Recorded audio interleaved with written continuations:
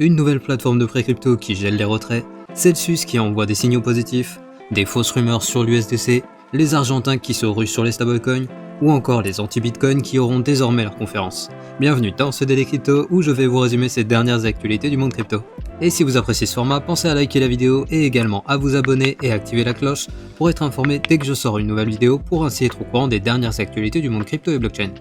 Et si vous voulez participer au développement de la chaîne, vous pouvez désormais me soutenir en me laissant un pourboire sur Tipeee, et je précise que même un pourboire d'1€ peut grandement aider à me dégager du temps pour YouTube pour au final vous offrir un contenu encore plus pertinent et plus professionnel. Et comme d'habitude, je vous rappelle que mon contenu a un but informatif et que je ne suis pas un conseiller financier, et finalement je vous invite à venir me suivre sur mon Twitter que vous trouverez dans la description, et n'hésitez pas à me dire ce que vous avez pensé de cet épisode dans les commentaires.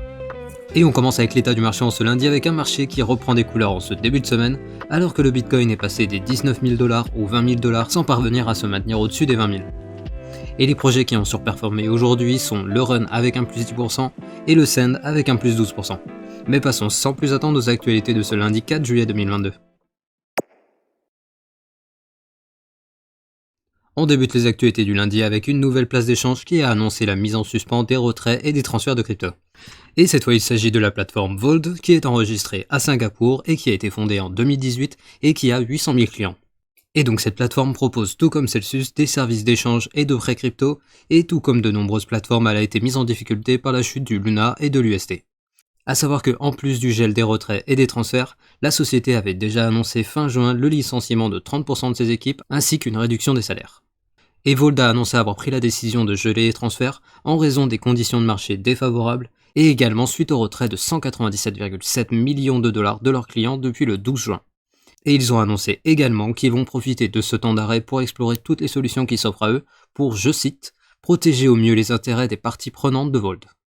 Et donc ce qu'on voit ici, c'est que ce n'est plus seulement les conséquences directes du crash des cryptos qui mettent en difficulté les plateformes centralisées, mais également la peur des clients qui ne font désormais plus confiance à ces entreprises qui restent très opaques pour la plupart d'entre elles.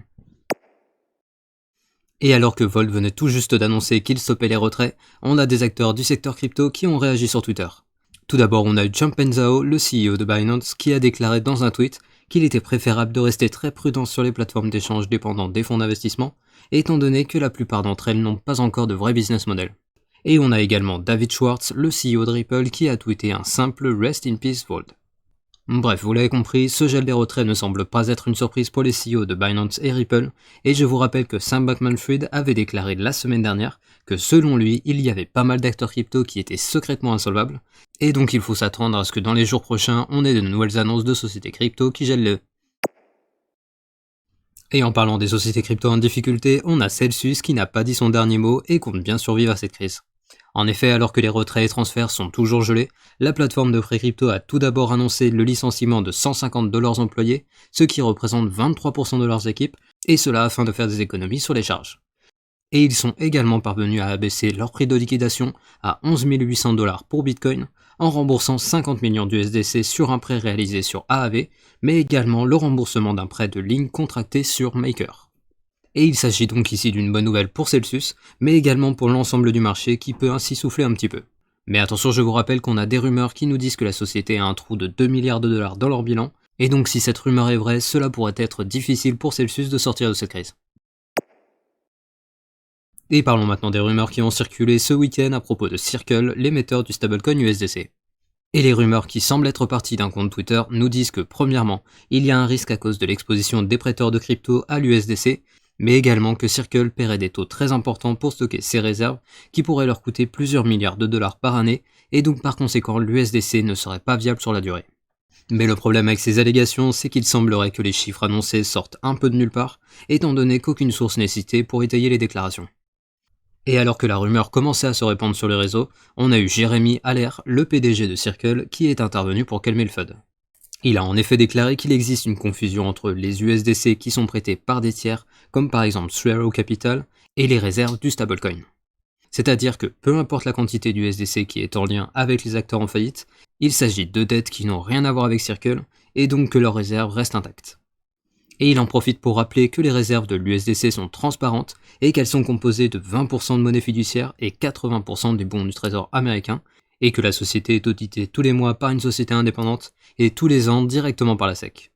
Bref, Circle est solide et l'USDC reste le stablecoin à la plus forte croissance cette année, mais comme dans toutes les périodes baissières sur les marchés crypto ou traditionnels, on a des personnes qui veulent profiter de la peur sur les marchés pour faire le buzz.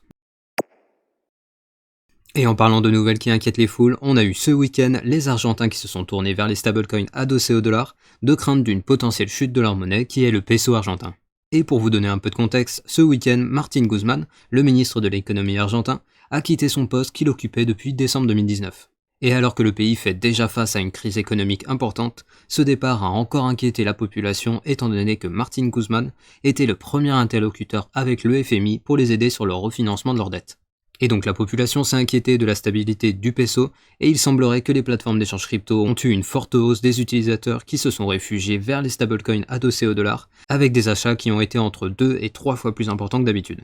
Et comme un graphique vaut toujours mieux qu'un long discours, je vous présente à l'écran l'USD face au peso argentin depuis 2020 et comme vous pouvez le voir on a l'USD qui est en prise de valeur constante face au peso avec une prise de valeur de 110%.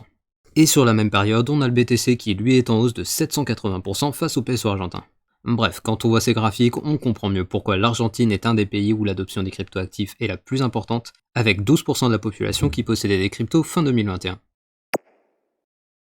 Et partons maintenant du côté de Meta qui va prochainement mettre fin à son wallet Novi. En effet, le wallet développé par la firme qui était en expérimentation depuis octobre 2021 va désormais être arrêté et la société a invité les personnes utilisant le wallet à retirer leurs fonds avant le 1er septembre prochain. A savoir qu'il s'agit du deuxième projet crypto à avoir été avorté par Meta, car l'année dernière ils avaient déjà abandonné le projet de stablecoin Diem, qui s'était totalement fait torpiller par les politiques américains et sous la pression, ils avaient été contraints de revendre les actifs et de passer à autre chose. Mais attention, je précise que l'arrêt du wallet Novi ne signe pas la fin d'un projet de wallet pour Meta, car je vous rappelle que la semaine dernière, Mark Zuckerberg avait annoncé la transition de leur application Facebook Pay vers MetaPay, qui devrait permettre de gérer son identité, ce que l'on possède, mais également les moyens de paiement.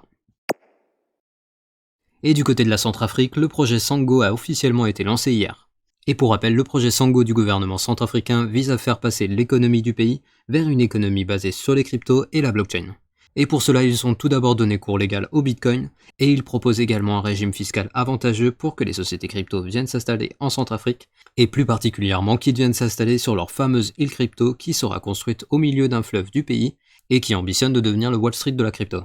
Et dans la continuité de ces ambitions, le projet de loi Sango vient d'être adopté, et il valide entre autres la mise en place du Sango Coin, qui sera la crypto-monnaie de l'État, et qui aura donc désormais cours légal à côté du Bitcoin. A savoir que ce Sango Coin a pour but de permettre une modernisation des infrastructures du pays et il sera alimenté par des investisseurs privés et soutenu par le Bitcoin. Mais attention, je précise que ce projet est loin de faire l'unanimité dans le pays, car l'opposition critique vivement l'adoption du Sango Coin, qu'ils considèrent comme une erreur que les autres se remémoreront quand ils se lanceront à leur tour dans l'adoption du Bitcoin. Bref, pour le moment le projet ne fait que commencer et seul le temps nous dira si le projet sera viable sur le long terme, et une chose est sûre c'est qu'il va être très intéressant de voir quelle tournure prendra l'adoption de la blockchain et des cryptos en Centrafrique. Mais revenons dans le secteur crypto avec Cardano qui a finalement passé sa mise à jour qui se nomme Vasil en testnet. A savoir que cette mise à jour était prévue il y a 2 semaines, mais elle avait dû être reportée. Et donc aujourd'hui, le hard fork est prêt à être essayé sur le testnet, et je vous rappelle que cette mise à jour permettra en gros d'avoir une blockchain plus rapide et une plus grande évolutivité pour les applications décentralisées, ainsi qu'une interopérabilité de la chaîne principale avec les sidechains. Et je précise que pour le moment la phase de test est prévue pour durer 1 mois, mais les équipes déclarent que la mise à jour Vasil basculera sur le réseau principal uniquement quand les partenaires de l'écosystème seront à l'aise et prêts.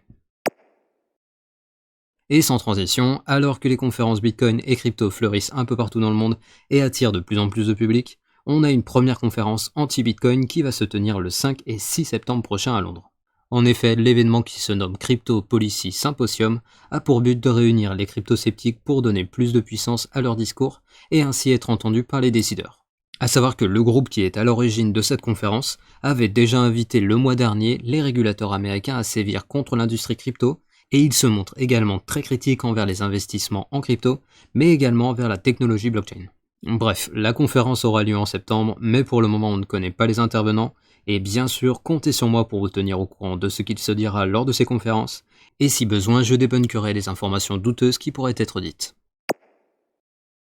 Et en parlant des personnalités crypto-sceptiques, on a Peter Schiff qui a raconté ses mésaventures qui n'ont pas manqué de faire réagir la communauté crypto. En effet, le célèbre anti-Bitcoin et courtier en valeurs mobilières a reporté sur Twitter que les régulateurs portoricains avaient clôturé son compte pour des problèmes de capital, alors qu'il a déclaré être un acheteur hautement qualifié et qu'il prévoyait d'injecter des capitaux bien supérieurs au minimum réglementaire. Et bien sûr, face à ces plaintes, la communauté Bitcoin lui a rappelé que personne ne pouvait geler les transactions en Bitcoin, et bien que ces allégations ne soient pas totalement vraies aujourd'hui avec les exchanges centralisés, cette mésaventure pourra peut-être sensibiliser un peu Peter Schiff aux valeurs de la décentralisation de Bitcoin. Et on finit les actualités du lundi avec le flash du jour. Tout d'abord, on a le nom de domaine d'Ethereum 000.eth qui s'est vendu pour 300 ETH, soit l'équivalent de 330 000 $ au cours actuel pour cette ENS. Ensuite, on a le protocole DeFi nommé Crema qui a subi une attaque estimée à environ 8,8 millions de $, et dans cette attaque, le hacker aurait utilisé une technique courante qui est un flash loan, et qui est en gros un emprunt de fonds sans contrepartie. Ensuite, on a la personne qui avait accusé le projet Bored Ape d'être mené par des nazis et qui avait vendu des copies de Bored Ape, qui est désormais attaqué en justice par Yuga Labs pour atteinte à l'image de la marque Bored Ape Yacht Club. Et finalement, on a des hackers qui ont attaqué les réseaux sociaux de l'armée britannique pour faire la promotion d'un faux projet NFT avec des liens de phishing. Il y en a qui ont essayé, ils ont eu des problèmes. Et ainsi se termine le Daily Crypto du lundi. Je vous rappelle que je publie ces vidéos du lundi au samedi et les récaps crypto tous les dimanches. Et je vous invite à venir me suivre sur mon Twitter que vous trouvez en description. Et si vous voulez soutenir mon travail et m'aider à développer la chaîne, je vous rappelle que vous pouvez désormais me soutenir à partir de 1 € par mois sur mon Tipeee que vous trouverez également en description. Et comme d'habitude, pensez au like pour le référencement de la vidéo et à l'abonnement ainsi que l'activation de la cloche pour être notifié dès que je sors une nouvelle vidéo. Et je vous dis à demain pour un nouveau Daily Crypto.